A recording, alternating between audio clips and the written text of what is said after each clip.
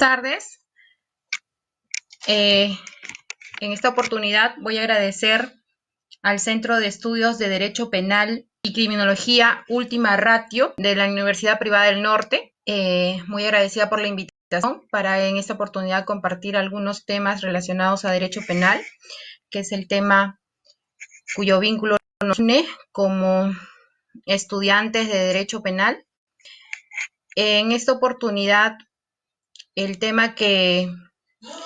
quiero abordar está relacionado a la responsabilidad penal del empresario en los delitos de atentado contra la seguridad y salud en el trabajo. Como ustedes saben, el delito de atentado contra las condiciones de seguridad y salud en el trabajo se encuentran previstos en nuestro Código Penal en el artículo 168A y expresamente fue regulado e incorporado al Código Penal a través de la Ley General de Salud y Seguridad en el Trabajo, que fue dada a través de la ley 29.783 del año 2011, que es la Ley General de Seguridad y Salud en el Trabajo,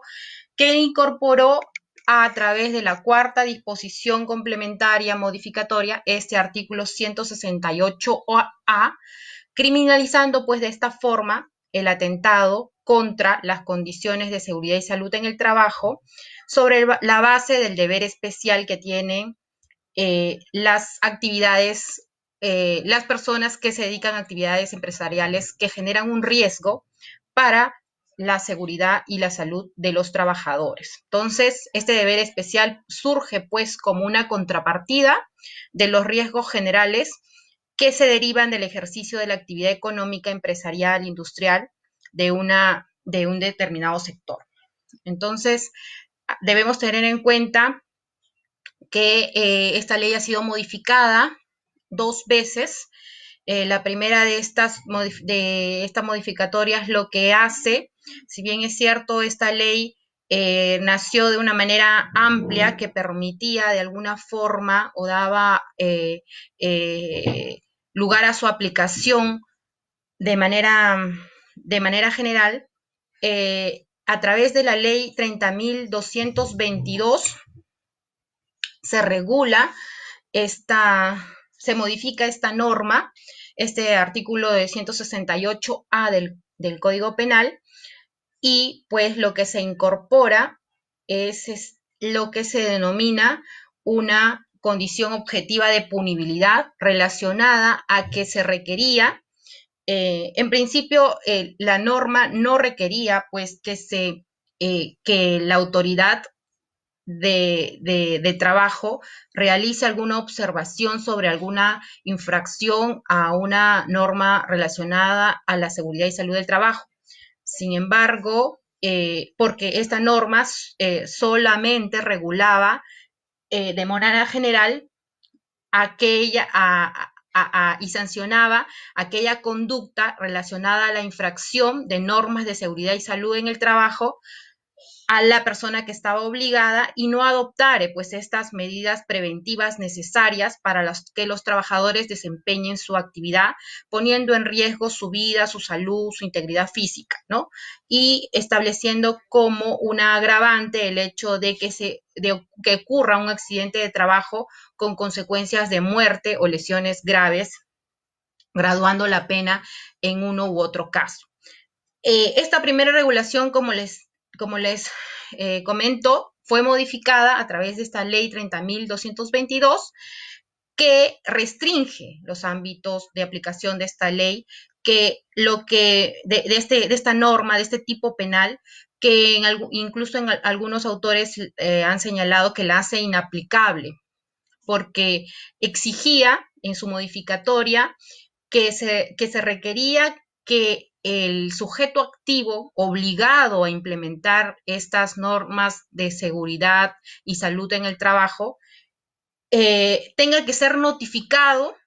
de estas infracciones y solo al no haber subsanado estas observaciones que se le habrían realizado, pues tendría una consecuencia ya para la configuración de un delito. Sin embargo, en la anterior regulación no se requería esta condición objetiva de punibilidad que básicamente es esa, su naturaleza de esta condición que se introduce a través de esta modificatoria y además se regula la exclusión de la responsabilidad cuando la causa o la relación causal entre el resultado y la norma. ¿Se escucha? Entre el resultado y la norma es producto de una infracción realizada por el trabajador. Entonces, con esta modificatoria se restringe mucho más el ámbito de aplicación de esta norma y solo a través del decreto de urgencia 044-2019 del 30 de diciembre del 2019 es que se retira, se elimina de este tipo penal esta condición objetiva de punibilidad y se vuelve a la redacción anterior que solamente exigía la infracción, que tipificaba este delito como un delito de peligro, ¿no? De peligro abstracto, con la mera infracción de la norma de seguridad y salud en el trabajo, ¿no? Que estaba obligado a implementar el empleador, pudiera poner en peligro la vida o la integridad del trabajador en el ejercicio de sus actividades. Entonces, esta es la actual regulación. Esta regulación se da en el marco coyuntural del caso conocido de McDonald's, del accidente de trabajo que se produjo en uno de los restaurantes del grupo McDonald's, en donde fallecen 2 personas y se tornaba un poco inaplicable este tipo penal porque se exigía pues que la autoridad haya comunicado la infracción, haya observado la infracción y ésta no la haya absuelto. Más se convertía en un tipo de desobediencia, más que en un tipo de infracción a las normas de salud y seguridad en el trabajo. Entonces, ese es el estado actual de la norma del 168A que va a ser materia de análisis, pero un poco antes de abordar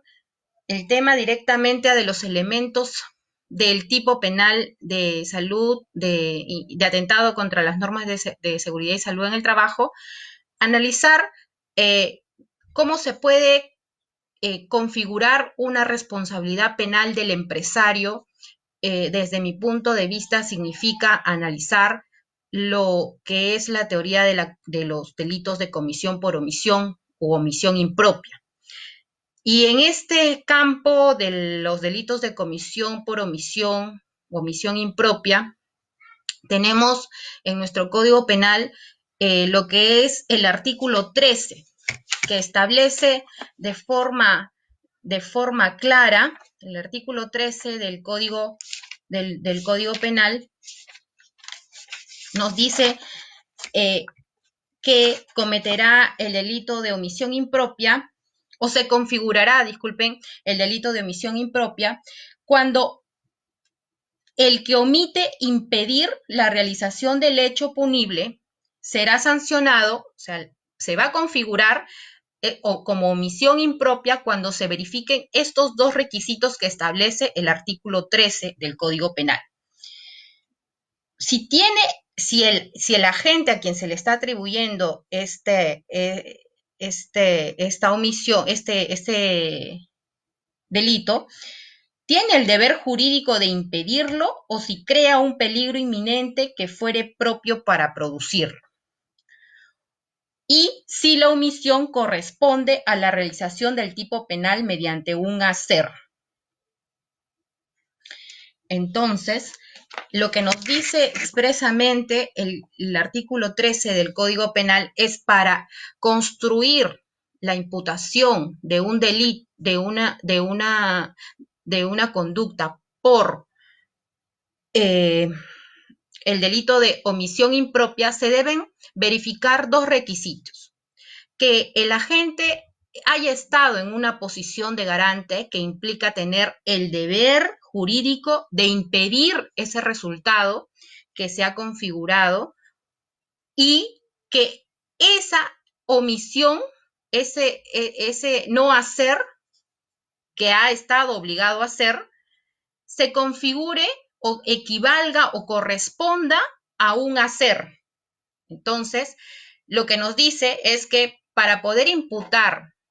un delito de omisión impropia, se requiere que se encuentre en una posición de garante,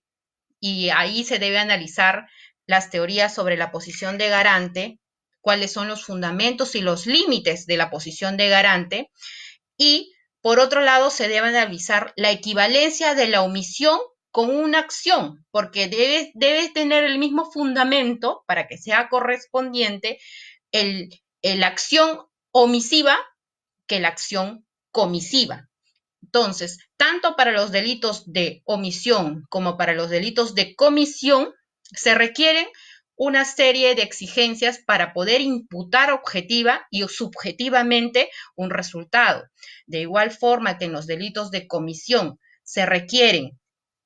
verificarse la creación de un peligro, la puesta, el incremento de un peligro no, o de un riesgo no permitido, y la creación de un resultado y la realización de ese resultado y que ese resultado esté dentro de la protección de la norma, de los alcances de la protección de la norma. De igual forma, en el delito de omisión se tiene que verificar todos estos aspectos relacionados al fundamento de la comisión y relacionados también a la primera característica, que es la posición de garante. De esta forma, en relación a la posición de garante, existen distintas teorías que pretenden fundamentar o que se han formulado para fundamentar la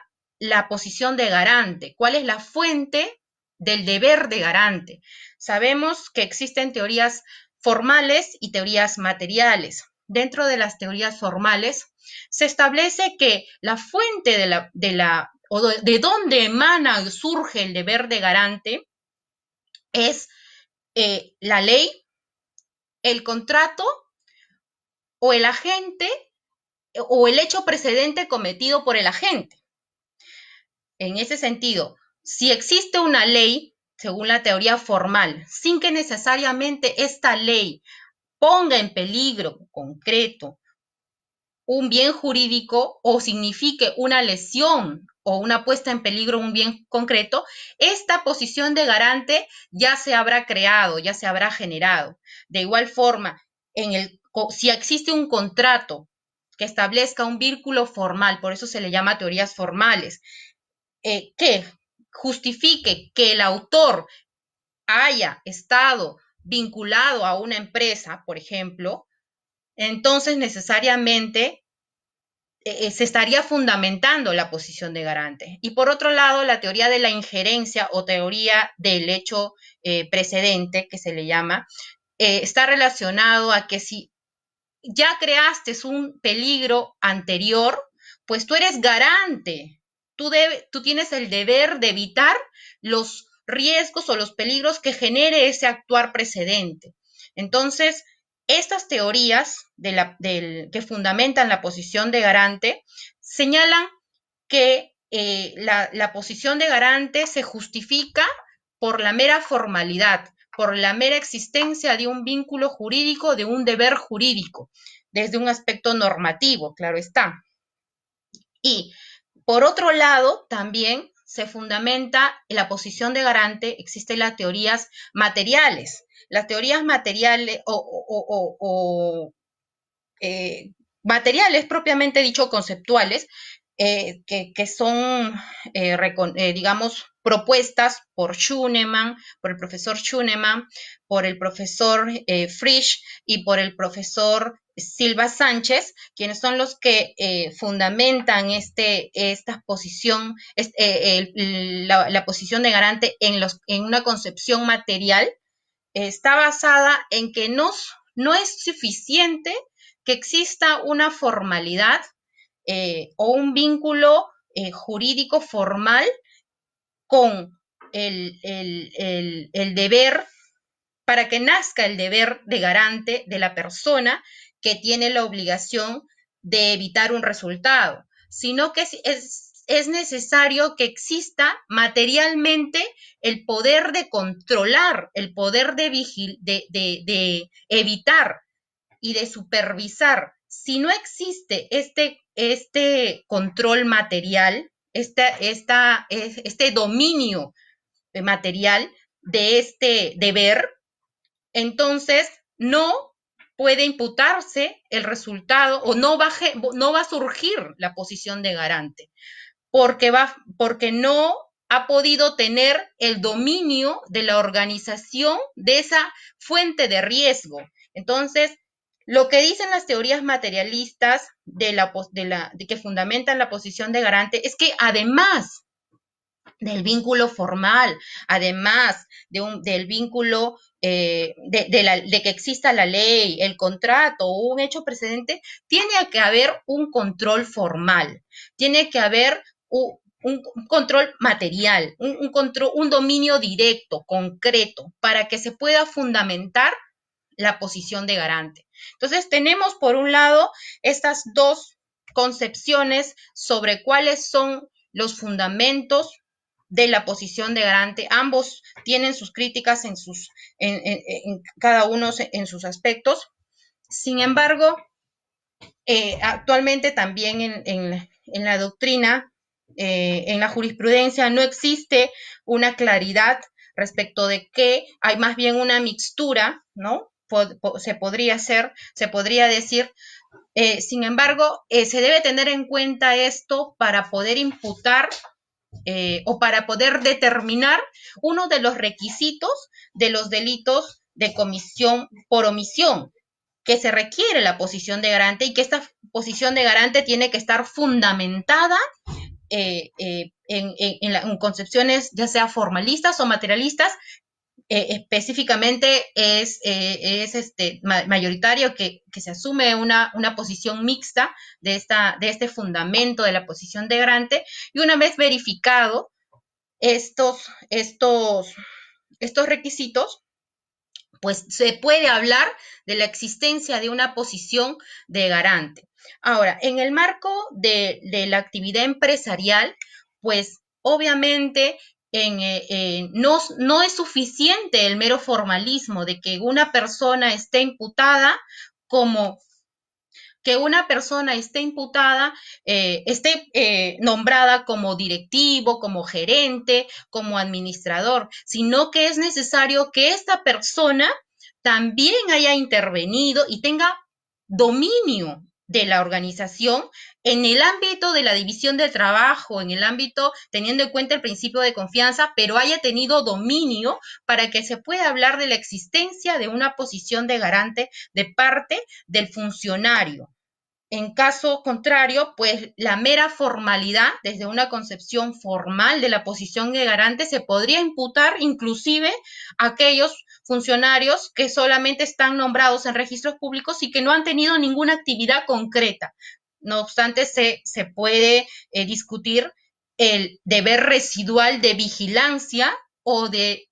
supervisión que existan sobre, que va a quedar sobre el empresario que delega esta posición de supervisión en terceros, ¿no? O delega una función específica y que el delegado pues no cumpla con esta función específica. Sin embargo, en la doctrina, este es el fundamento que se le da a lo que es la posición, a lo que se debe tener en cuenta para establecer la existencia o no de una posición de garante, siendo este uno de los requisitos necesarios según, como le dije, normativamente y por el principio de legalidad del artículo 13 del Código Penal, para establecer la responsabilidad por omisión impropia o por comisión por omisión. Otro de los requisitos que se exigen necesariamente para establecer la responsabilidad penal por comisión por omisión es la equivalencia. Como les he señalado, la equivalencia entre la omisión, entre la conducta omisiva y la configuración de esta conducta,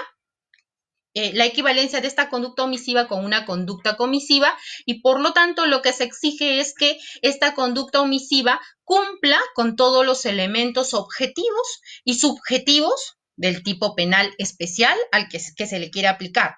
En este caso, el delito de atentado contra la seguridad y salud en el trabajo. Entonces, lo que queremos entender aquí es que el segundo requisito que se exige para poder establecer la configuración de un delito de comisión por omisión o atribuir la responsabilidad basado en un delito de comisión por omisión,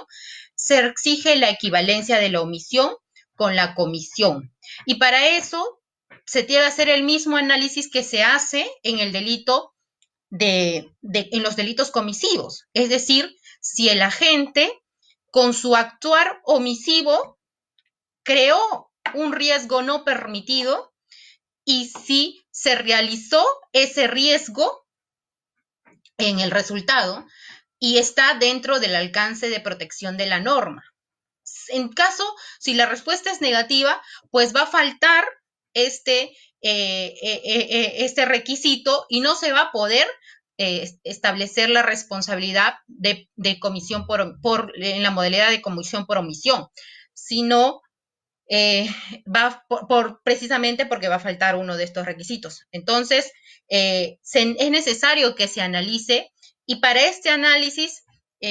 yo estoy de acuerdo, por ejemplo, con el doctor Urquizo y el doctor Nelson Salazar, quienes han escrito también sobre esto, y que ellos proponen que para hacerse un análisis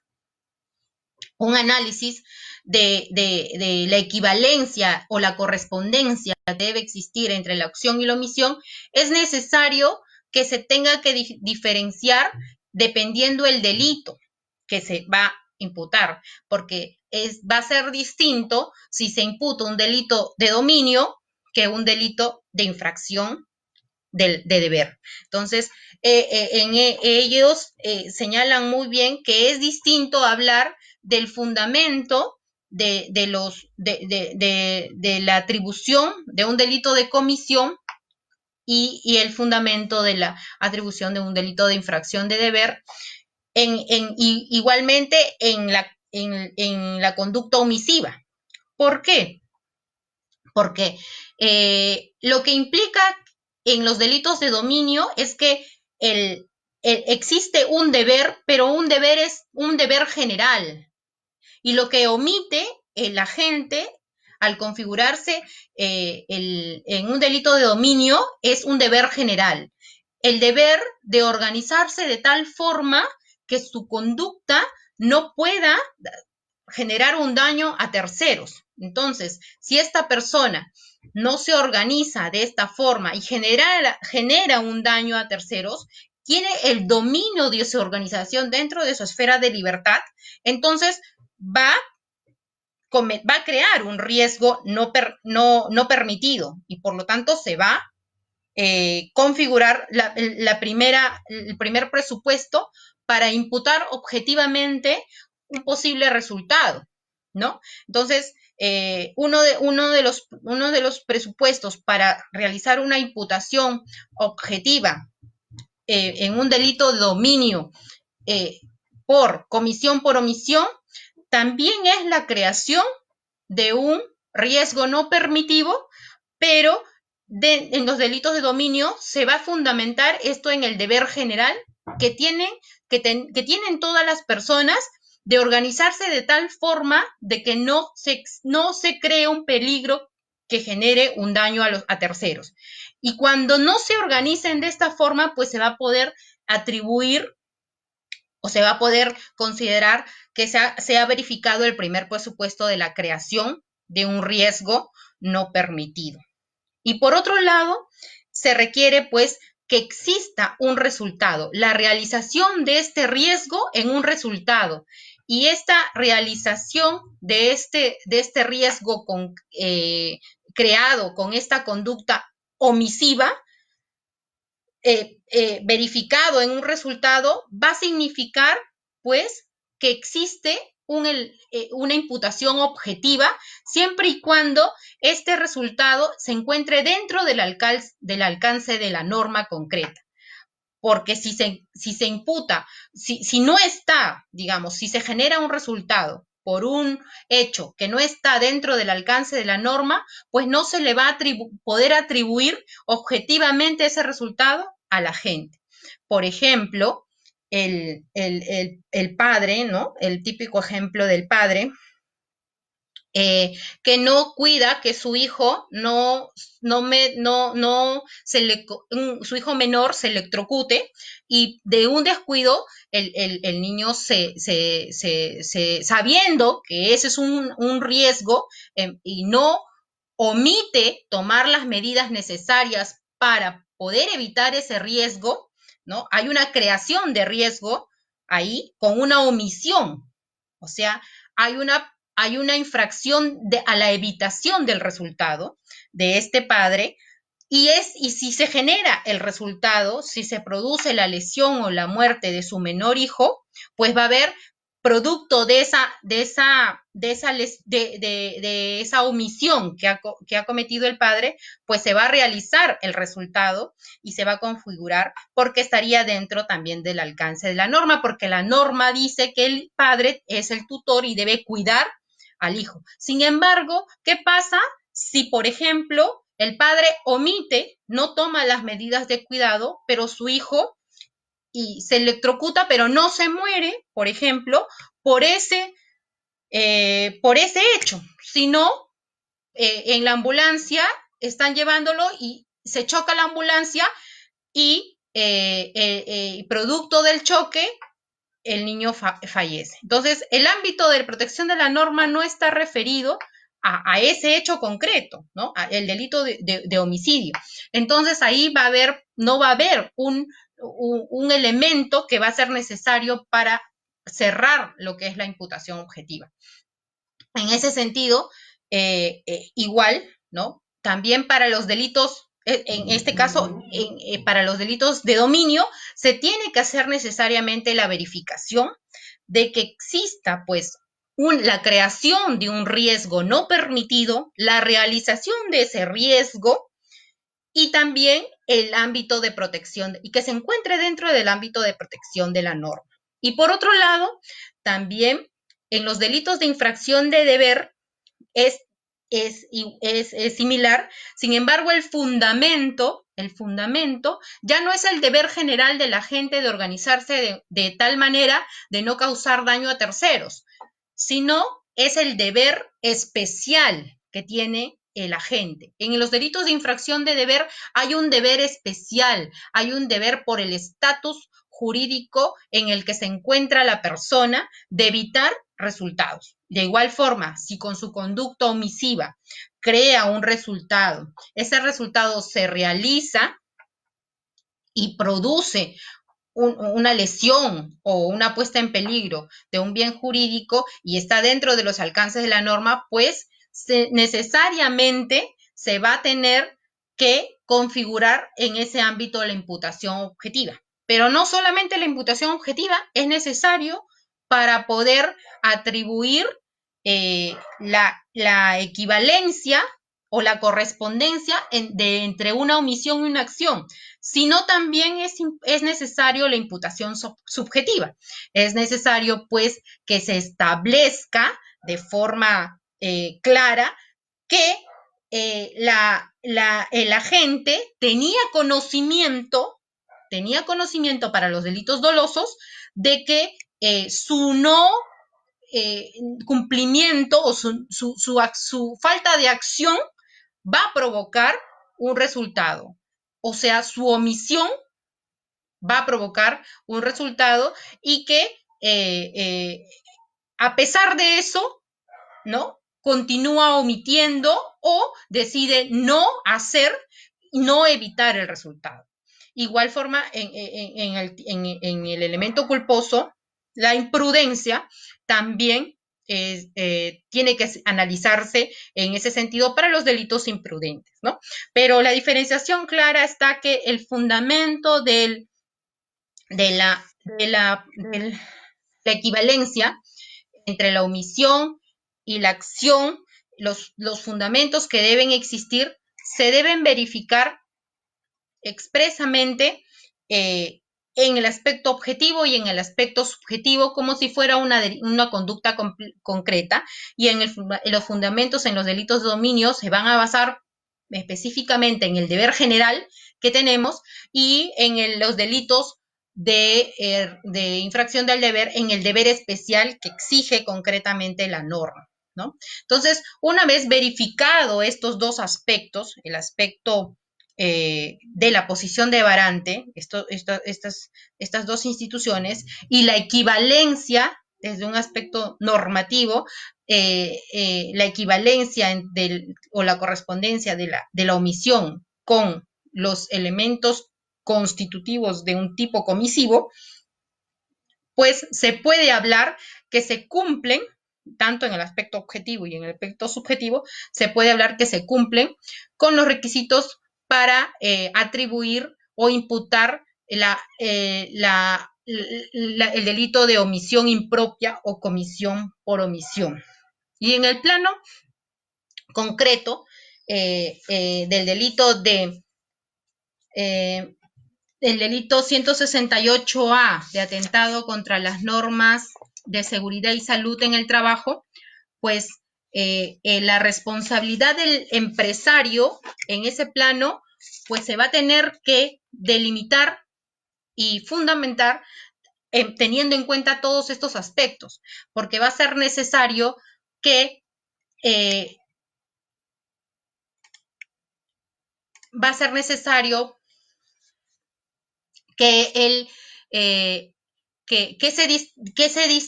delimite la responsabilidad, porque como dice Jacobs, la cuestión no es imputar todo a todos, porque en el marco de una organización, de una empresa, de una persona jurídica, pues existe la división de trabajo y debe existir el principio de confianza para poder dinamizar las tareas de la misma organización. Entonces, no es posible imputar todo lo que pasa en la empresa a todos, ni solamente a los directivos por el hecho de ser directivos. Se va a tener que delimitar la responsabilidad y estos criterios de delimitación son importantes que se tengan en cuenta, que la dogmática ya ha desarrollado, por ejemplo, en los delitos de comisión por omisión, para poder atribuirse la responsabilidad penal del empresario en el marco de su actividad. En ese sentido, por ejemplo, en el delito de atentado contra la seguridad y salud del trabajo, que establece en un primer momento a ver, déjenme buscar un ratito.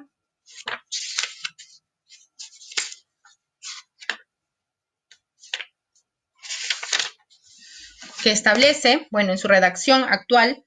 que lo que se castiga o lo que se protege básicamente es la salud y la seguridad del trabajador en las actividades empresariales. Entonces, en el marco de ese bien jurídico protegido, si bien es cierto, está dentro del capítulo 7º del Código Penal,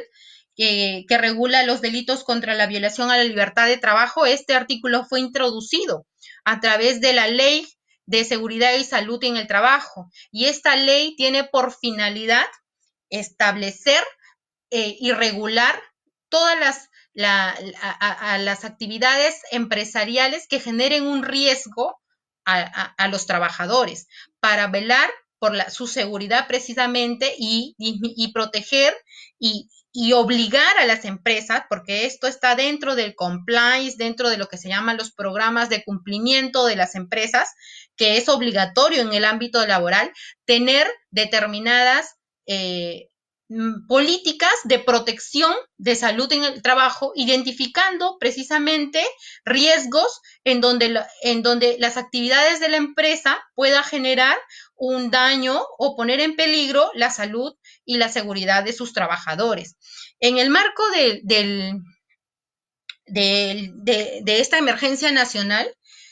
lo que se ha es introducido, si bien es cierto, existe la Ley General de Salud y en el Trabajo desde el 2011 y existe la obligación de los trabajadores de implementar todos estos programas de cumplimiento, medidas o gestión de riesgo para prevenir los accidentes de trabajo en el marco de las actividades de las empresas. En este marco, en este estado de emergencia también se han adoptado directivas del Ministerio de Salud, inclusive antes de que se declare el estado de emergencia, cuando solamente se estableció la emergencia sanitaria, se estableció como obligación de que todas las actividades, en todos los centros laborales se tienen que implementar medidas de seguridad y salud en el trabajo para prevenir, para mitigar y para contener lo que es el coronavirus. Entonces, esta regulación, estos protocolos internos que ya tienen las empresas, que ya están obligadas a tenerla en protección de sus trabajadores, tienen que ser revisados e implementados para poder establecer medidas de contención, de prevención de contagios o protocolos que deben seguir ante hechos que se susciten relacionados al COVID-19. Y estos protocolos van a tener que ser aprobados y revisados por el Ministerio de Salud para que puedan establecerse y en el caso que se incumplan, pues van a tener que aplicarse este tipo penal, que es el 168A. Entonces, por ejemplo, en el marco de la minería, y yo tengo conocimiento que ya existe un protocolo de seguridad y salud en el trabajo para la actividad minera en prevención de el COVID-19. Inclusive, creo que ha habido un caso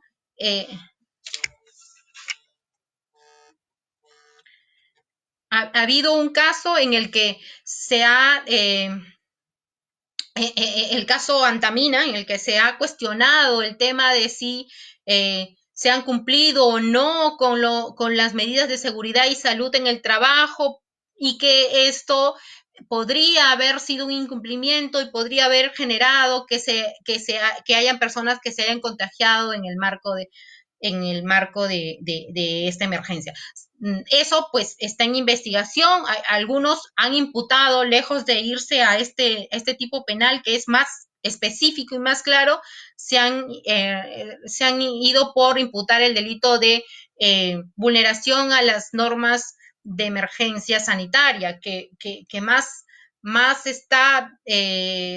digamos, vinculado a la existencia o no de la autorización que tenía el sector minero para seguir con sus actividades, que eso está aclarado de que sí tienen de forma excepcional, está aprobado de que las actividades mineras continúen. Por lo tanto, lo que sí se debe hacer es que se implementen protocolos de seguridad y salud en el trabajo para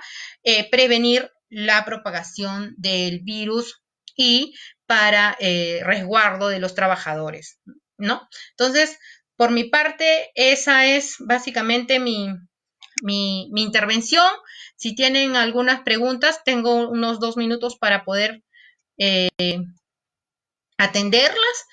En todo caso, me escriben y yo gustosamente cualquier consulta les voy a poder consultar. Muchas gracias nuevamente al Centro de Estudios de Derecho Penal y Criminología Última Ratio. Muy agradecida por la invitación. Aquí tengo una pregunta. A ver, la omisión puede ser definida como la vertiente negativa del comportamiento, es decir, como un no haber jurídicamente desaprobado. La inacción, cuando está obligado a actuar en defensa de un bien jurídico, equivale a realización de un acto positivo, pues una hipotética acción esperada por la norma no hubiera sido causada para la no producción del resultado. No se puede olvidar que la comisión por omisión se imputa un resultado lesivo a una persona por no haber impedido una conducta cuando ésta habría habría ese deber. Esta equivalencia, que tiene carácter esencial para el delito de un delito impropio de omisión, se debe apreciar cuando la omisión se corresponde valorativamente con el hecho. Una sentencia es un comentario más que una pregunta. Bueno, muchas gracias. ¿Cuál es el fundamento material de los delitos de omisión impropia? Como lo hemos explicado, el fundamento material está definido por el fundamento de la posición de garante y los fundamentos de la equivalencia entre la omisión y la comisión. Entonces, dentro del fundamento de la posición de garante, tenemos